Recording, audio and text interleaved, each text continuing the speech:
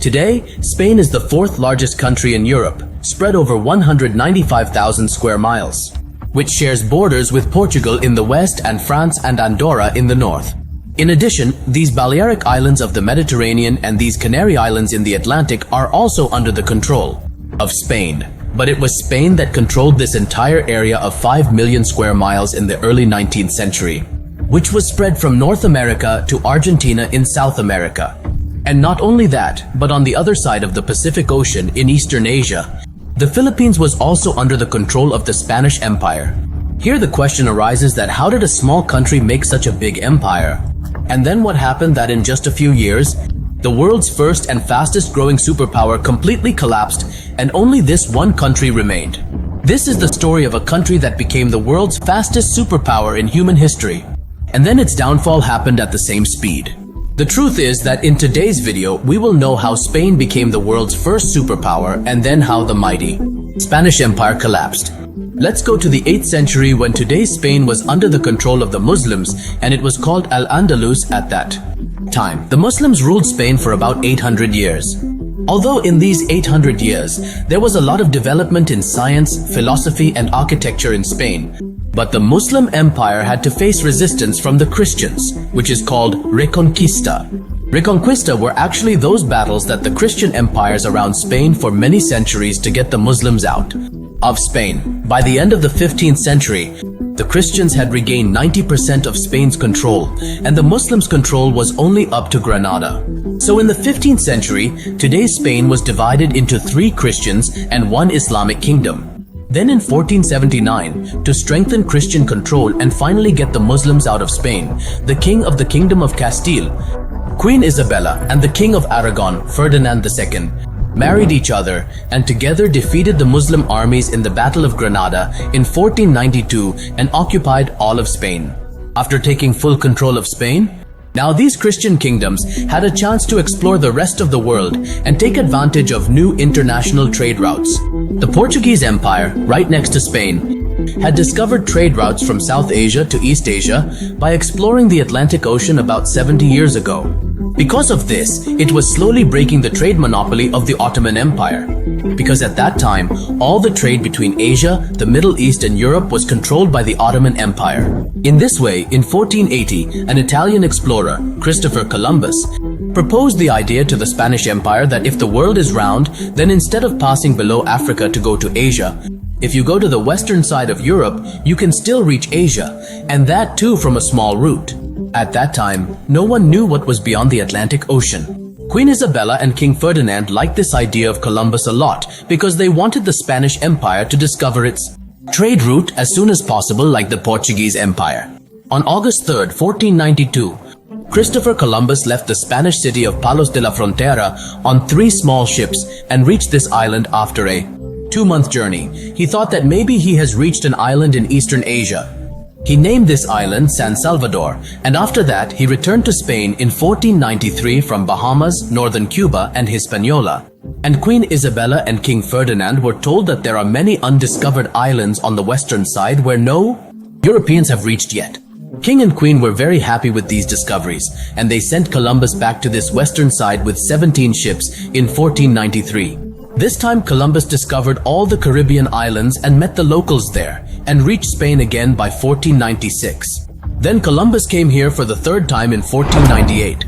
This time he discovered the northern side of Trinidad, Venezuela, and South America.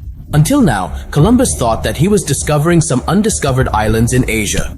But on this 3rd journey, he realized that he had actually discovered an unknown continent. Columbus set out on this journey for the 4th and last time in 1502.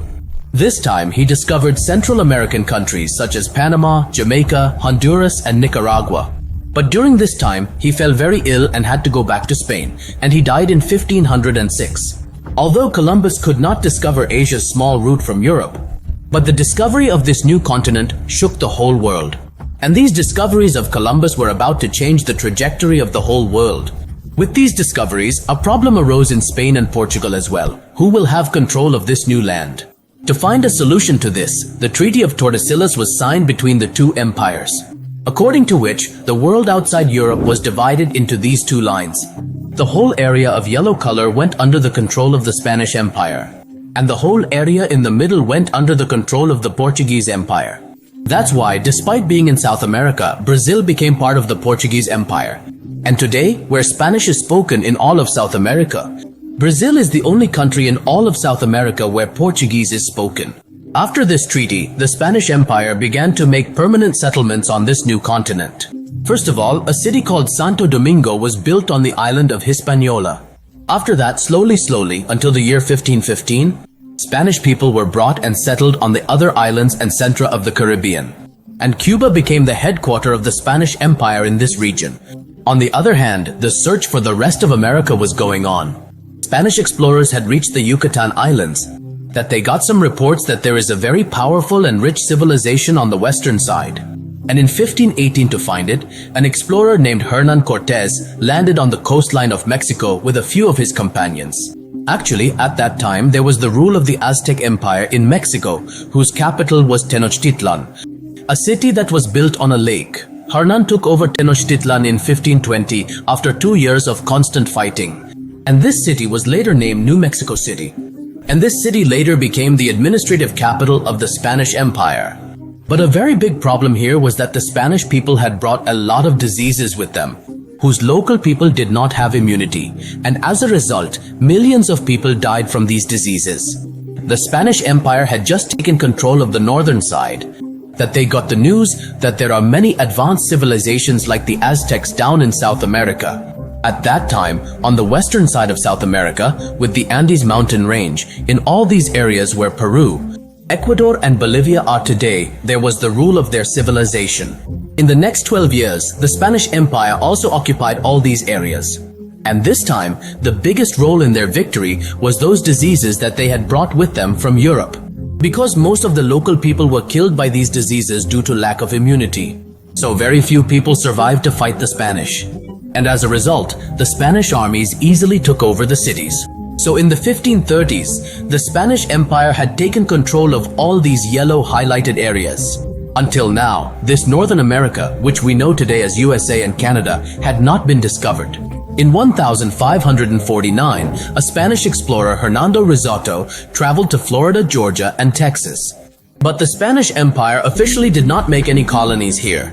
So on the one hand, when all this was happening here in America, on the other side of the Pacific Ocean, Spanish explorer Ferdinand Magellan discovered these islands in Eastern Asia, which we know today as the Philippines. By the 1570s, the Spanish Empire had also taken full control of the Philippines. And from here, now they were keeping an eye on Asian geopolitics. In the 16th century, as the Spanish Empire was spreading, they were in need of resources and money. And that's why they were aggressively looking for resources in South America. The Spanish Empire had found a lot of gold and silver mines in Mexico, Bolivia, and Peru, from which gold and silver were taken out and sent to Spain. By the end of the 16th century, so much gold was coming from South America in Spain that there was no place to store it. 80% of the world's gold and silver supply was going to Spain. The resources of South America were being exhausted completely. And at the same time, a strange hybrid society was being formed by the arrival of Spanish people here. On the one hand, there was a mestizo population, who were basically the people who came from Spain and married local women here. Their children were called mestizo. The second class was criollos. These were basically the children whose parents were Spanish, but they were born here in America. The third was peninsulares. They were also called pure blood because they were the people whose parents were Spanish. They were born in Spain and were sent here to rule, so it was a kind of ruling class. By the 17th century, there had been a great clash between these three classes. Criollos and mestizo felt that no one should come to rule these areas from Spain. In fact, only those who were born here should rule here. So, on the one hand, these internal issues had started in the Spanish Empire, and on the other hand, the Spanish Empire was also under threat externally. Here, Britishers and French explorers were arriving in North America, and they were building their colonies here. Similarly, Britain also started trying to take control of Jamaica and other Caribbean islands from the Spanish Empire. And between 1654 and 1660, there were wars between the Spanish Empire and the British to take control of these islands. In the next century, the Spanish Empire expanded only to California and Texas and made cities like Los Angeles, San Diego, and San Francisco. Then in 1808, the Spanish Empire felt a very big shock when Napoleon attacked Spain and captured the whole of Spain in a year. Here, the Creoles and Mestizo population in South America saw an opportunity to gain independence from the Spanish Empire, and they revolted against the Spanish Empire. Between 1808 and 1810, wars of independence began in all these areas. First of all, Argentina declared independence in 1816. Then, in 1818, Chile, and in 1819, Colombia also gained independence from the Spanish Empire. 2 years later, Mexico also became free from the Spanish Empire's control. And finally, in 1824, Peru also declared independence. So literally in just 8 years, the 400-year-old Spanish Empire collapsed. By the end of the 19th century, only Cuba, Puerto Rico, some Caribbean islands, and the Philippines remained under the control of the Spanish Empire. In 1895, the War of Independence finally began in Cuba, in which the USA was also involved, and 3 years later, the Spanish Empire gave up, and these last remaining countries also left the control of the Spanish Empire.